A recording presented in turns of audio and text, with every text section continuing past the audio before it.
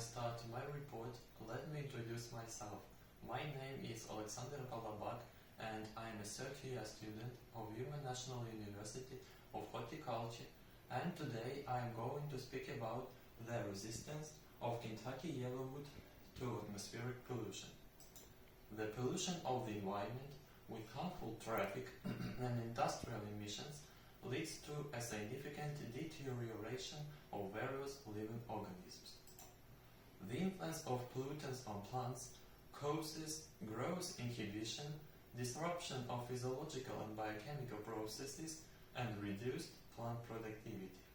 At the same time, under the conditions of traffic and industrial air pollution, plants can perform a sanitary and hygienic function, accumulating, absorbing, and converting harmful compounds. The aim of our research is to study the resistance of Kentucky yellowwood plants to atmospheric pollution in the area of Uman town. To begin with, we carried out our investigation of the resistance of Kentucky yellowwood plants in the conditions of the urban environment in Uman. The areas we chose for our research are located in Nebesna-Sotna Street with heavy traffic and air pollution zone, and on the territory of the National Biological Park of Sofiivka, a relatively clean zone. The average daily concentration of nitrogen dioxide in the air of the atmospheric pollution is 0.061 mg per cubic meter. In the relatively clean zone of Sofiivka Park, the average daily concentration of nitrogen dioxide is 0.017 mg per cubic meter. Under the conditions of the pollution, plant tolerance depends on the structural features of the internal and integumentary leaf tissues, which prevent the gas spread and penetration into leaves. The quantitative and anatomical leaf features, that is, the size of the epidermal cells on the lower and upper sides of the leaf, the size and number of stomata on the leaf surface, the thickness of the external shell, and the degree of spongy and palisade tissue development are essential for the plant ecological characteristics. The plants considered to be resistant to the urban environment have xerophytic features, a well-developed epidermis and cuticle, a better development of the palisade mesophyll compared to the spongy mesophyll cell.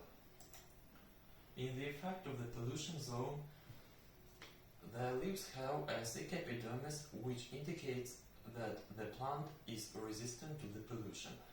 The studies of the leaf thickness under the conditions of different levels of the air pollution have shown that the indicator alters in plants that grow in the atmospheric pollution zone. The thickness increase of the leaf blade of the Kentucky yellowwood plant in the pollution zone as compared to the relatively clean zone was due to a significant increase in the palisade mesophyll caused by the extended length of the cells. The palisade coefficient is the ratio of the thickness of the palisade mesophyll to the spongy mesophyll cell.